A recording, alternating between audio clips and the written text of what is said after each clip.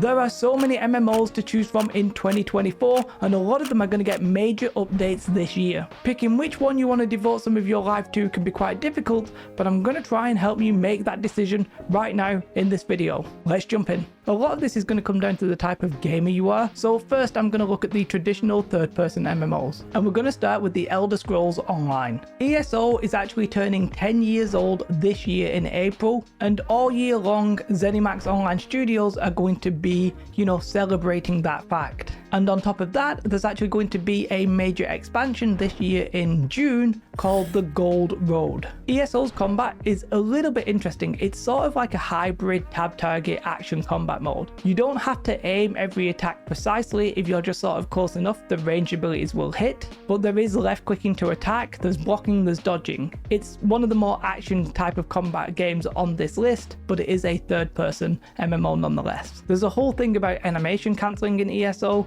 Some of you don't like it, some of you will. It's just one of those things. Let's talk about why you might want to play this game. And the first major obvious reason is the fact that it is an Elder Scrolls game. And with that come a lot of positives. If you like rich, detailed lore, then this is the kind of game for you. I think pretty much all of the story is voice acted, and very well voice acted at that. The original game, for example, had people like John Cleese, Michael Gambon, and many more. If you enjoy an MMO with a strong narrative, then Elder Scrolls Online is definitely something that you will want to consider. And honestly, it's got a lot of features that a lot of MMO gamers are looking for. It's got some really cool 4v4v4 battlegrounds. There are 4-person dungeons, 12-man trials, which are basically your 12-man raids. The Cyrodiil PvP is basically like a server versus server kind of thing, although it's actually faction v faction. If you're looking for content, then a game that's 10 years old has a lot of it. And what's more, this game is still getting regular updates. Just recently, they announced their roadmap for the year. Some of you PvP fans might want to look towards the end of the year because it's getting a PvP update,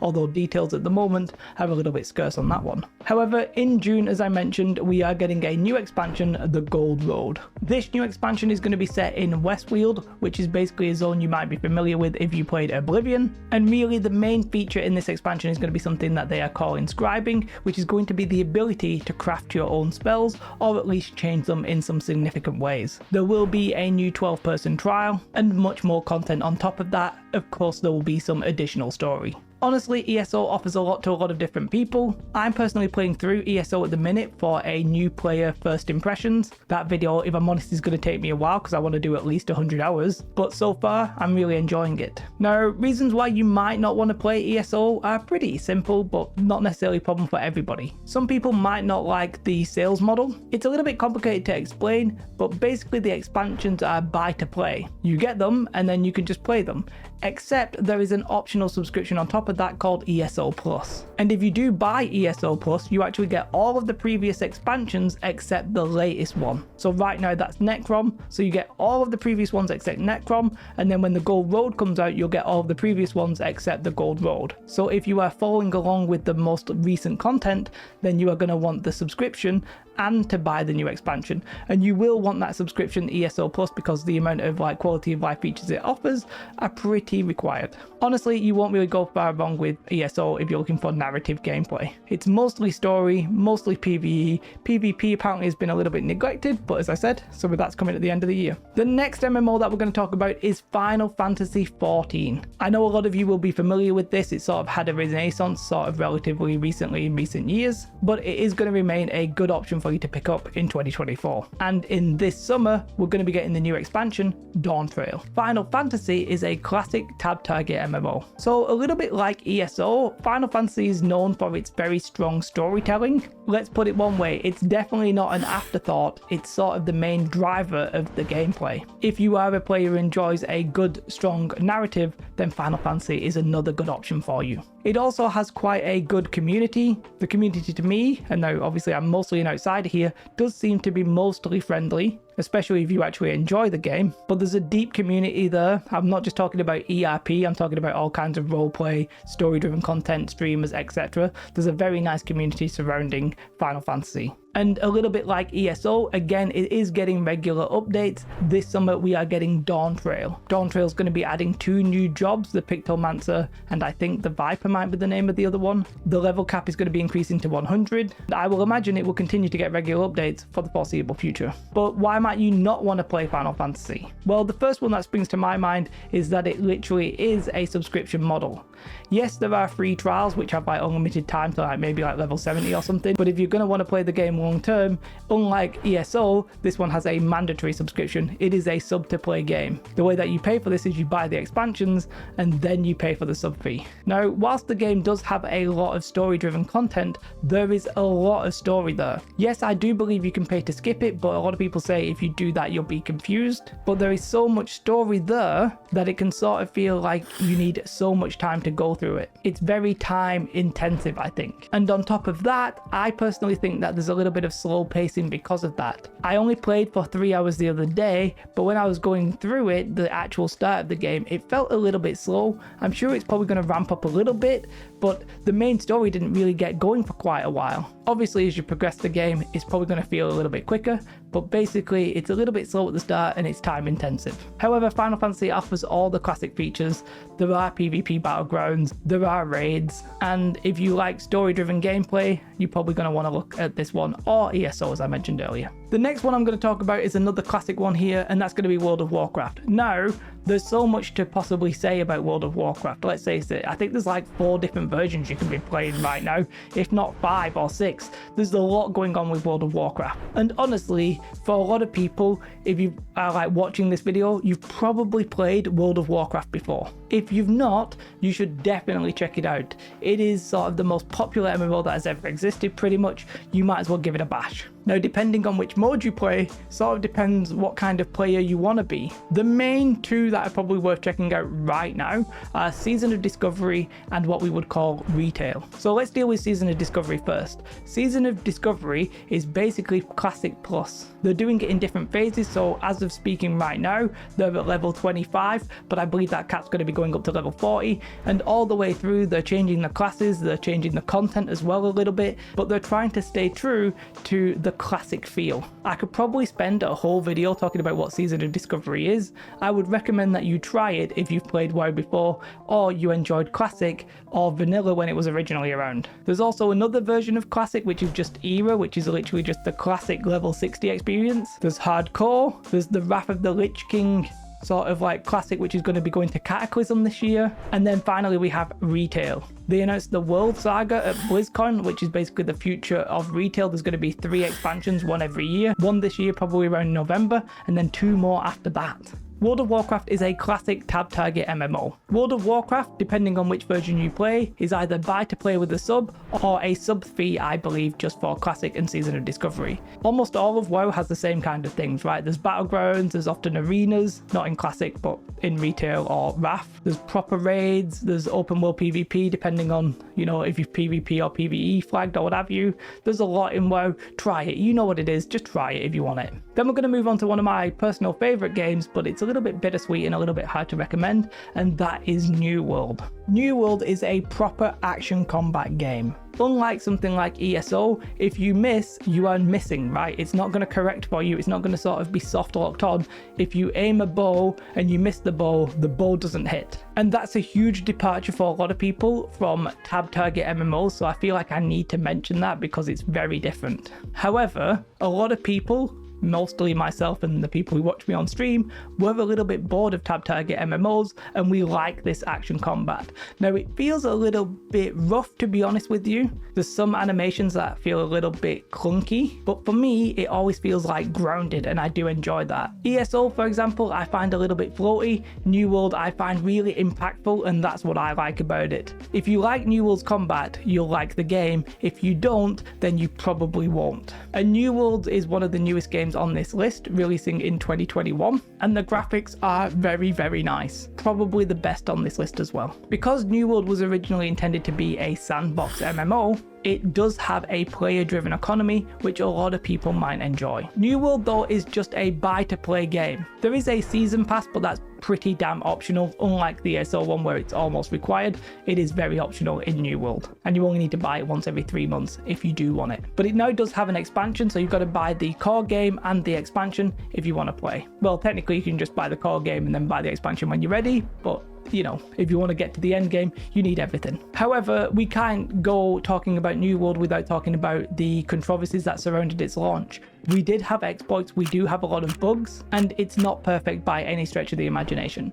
I would say that the exploits are mostly toned down right now. There's no like game-breaking exploits that, you know, destroy the economy or anything like that. We do still get content that has bugs, but you know, they're generally not great, but they're not exactly like the worst things in the universe, but they do start getting frustrating after a while. And one of the main issues that we had at launch with New World is that there was a lack of end game content. Now, whilst the end game content has definitely been expanded since launch and the systems have been made a lot better, you can probably get through the end game content of New World relatively quickly, and then we're not getting that much content on top of it that quickly. However, like some of these other games, I think we're going to get an expansion at the end of this year. We're definitely going to get a major announcement in May, and I think it's going to be in 2 parts, probably a console announcement, and probably that the game is going to be getting an expansion later this year. We'll have to wait and see about that one. One of the problems with New World and its endgame content, we really only have 5-person dungeons, 1 battleground and 3v3 arena. That's not ranked. We're a little bit short on endgame options, unlike the rest of the MMOs. The next MMO we're going to talk about is Black Desert Online. Now, I have to confess a little bit, I don't know too much about this game, so if I say anything wrong, then do let me know in the comments below. Black Desert Online is simply a buy-to-play game. Its main issue with monetization, I think, is its pay-to-win element. Now, I mentioned pay-to-win, many people will be talking about what game is, what game isn't. I would say BDO is probably the most pay-to-win game that I've mentioned so far. That's not to say a game like WoW isn't, because you can buy gold with the WoW token.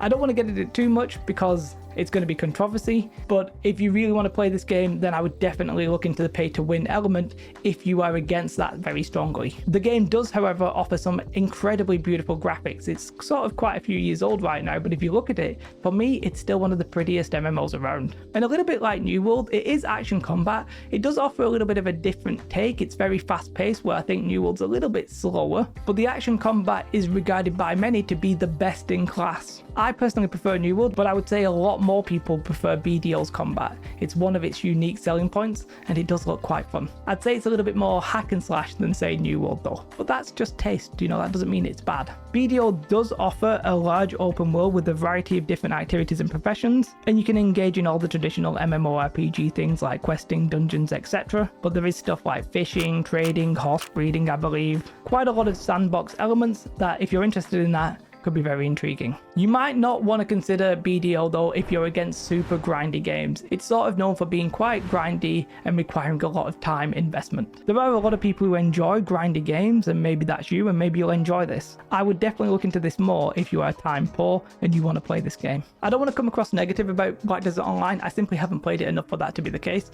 Just the things that I hear about it are things that put me off the game, which is why I've not personally invested a lot of time into it. I have to say, I do plan in 2024 to give it a first shot though, so make sure you subscribe if you want to see that. The next MMO we are going to be looking at though is Guild Wars 2. Guild Wars 2 is one of the most unique MMOs out there. It doesn't have the classic vertical progression, which I'm not going to explain what it is, but in theory the end game gear that you got at the start of the game is still somewhat relevant, and for me that's very intriguing.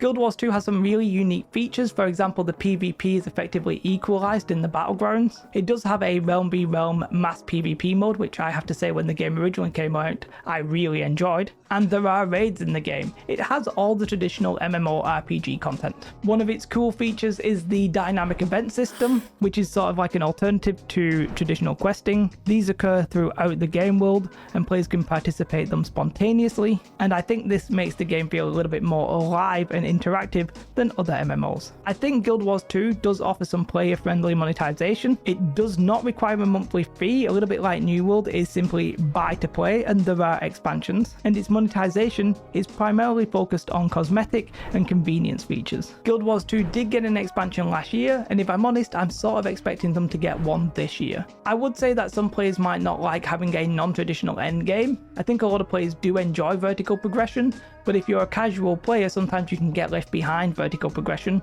So, you know, Guild Wars 2 might be one that you want to consider if you are a relatively casual player. Other than that, what I hear about Guild Wars 2 makes me regret stopping playing it. It's a game, a little bit like ESO, that I wish that I never stopped and I actually just went, you know, completely full on when it came out. But for some reason, I just never did it and I sort of regret it. Now, if I'm honest, they're the major third-person MMOs. There's probably some others. If I missed one and it was like your favorite, then, you know, you can let me know in the comments. I'm aware that I'm not talking about Star Wars or Lord of the Rings.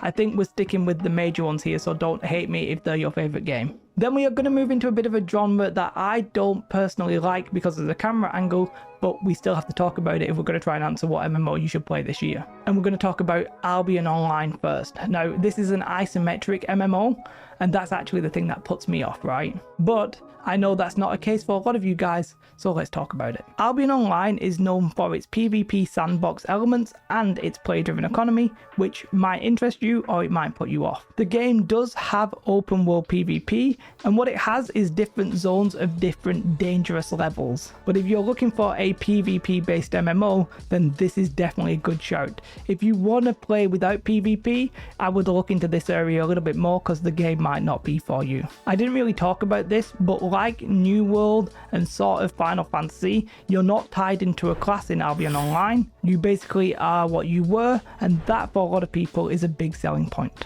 I have heard that the game can be grind intensive. I think it requires quite a significant time investment to gather the resources, craft the items and level up. Again though, that's not off-putting for all of you, so do consider that. If you're against PvP, then you are sort of cut off from some of the game because the high level PvP zones are quite high risk. You're basically able to be killed, and for a lot of people that's an instant turn off. I won't talk too much about Albion Online. Honestly, this video is a little bit tricky because like how much information should I impart about a game without making this video 3 hours long? But the next game I do want to talk about is Lost Ark. Lost Ark sort of feels like it's lost its favour with a lot of players at the moment, I think because it's quite grindy. It is another isometric MMO, which may or may not put you off. I'd say one of its key features is the combat. That hack and slash feels very satisfying and it looks quite flashy and it's enjoyable for a lot of the players. If you are a fan of action RPGs, then this game could definitely be for you. It has a beautiful world, it's rich in detail and scope. If you enjoy exploration and discovery, then this might be something you want to pick up. And it does have quite a good guild system. You can level up your guild, and if you like working together and socializing, then again, this one might be for you. However, I do believe that it is quite time consuming. Obviously, many MMOs are quite time consuming, but there are different levels and tiers to that, and I think Lost Ark is probably at the grindy end. A lot of the time I think the gameplay revolves around getting alts and then doing dailies, and you might not be into that. And with that, there are some possible indications of pay to win. It is a free to play game, so you know, you can take of that what you will. Now, one MMO I'm not going to talk about that I probably should have done, but I don't know anything about it, is RuneScape. The simple reason is I've never played RuneScape, never been interested in it. There's RuneScape 3, I think, and then old school RuneScape. If you like games with old style graphics, then this one could be you. I think it's quite grindy, but it has so many features that I probably couldn't impart to you what it is, even if I knew, and I don't. It's one of those games that I'm probably never going to personally check out. Now, there are some interesting upcoming MMOs that are going to be playable this year. One of them is actually being fully released, we think, and that's going to be Throne and Liberty. Throne and Liberty is a tab target MMO, and I think, looking at the Korean version, that it's going to be mostly focused around mass PvP, but it's optional PvP, if that makes sense. It's going to be a lot of zerging, I believe. However, the game is going to have dungeons, raids, etc. The only thing it really seems to be missing is sort of PvP arenas and battlegrounds, but apparently they're on the way, as is a realm versus realm, server v server kind of thing, which could be very exciting. One of its major concerns would be that it possibly is pay to win. Well, to be honest with you, the Korean version is pay to win, but it's all about how bad will it be when we actually see it and we've played it for a long time. Right now, I can't really answer that. That was rumoured to have a global beta in Q1 and be released in Q2, but if I'm honest, that rumour is unsubstantiated and we don't know when it's coming, but I think you can expect it in 2024. This year, we are also going to be getting PAX Day. PAX Day is a crafting sandbox MMO Basically, you're going to build your structures, go out, gather materials, craft stuff, build, a blacksmithing station, and then use that station to craft more. The game is going to be getting another alpha in Q1, I believe, and then in spring is going to be getting an early access release, which isn't a release, but it is out in playable if you want to play it. So keep that on your radar. And then the other one that you might be interested in, but you might not be able to play it because they've stopped selling it at this point, is Ashes of Creation. I'm just mentioning it here because it's going to be a game that a lot of people are interested in, but a lot of people aren't going to play it. And what I mean by that is we are going to be getting the Alpha 2 in Q3, I believe, this year. I myself am working on an Ashes of Creation YouTube channel, so if you want to check that out, it's just going to be, all the Ashes of Creation news, etc. There'll be a link in the description if you've made it this far and you want to check it out. But Ashes of Creation sounds very interesting, and to get our hands on a lot of the core key features is going to be truly interesting, and that's happening this year. Look, I'm aware that there's probably quite a lot of MMOs that didn't make this list, and I'm also aware that I probably didn't go into enough detail about your chosen MMO that you're interested in. The reality is, if you want more detail on a specific MMO, you should probably just check on YouTube and try and get people's actual reviews. MMOs are vast time investments, but hopefully I've helped you look at what's coming, what exists, and what you might actually fancy. Big shout out to my Patreons, I do really appreciate you guys. Let me know your thoughts on this video. Have a most beautiful day, like and subscribe. Goodbye.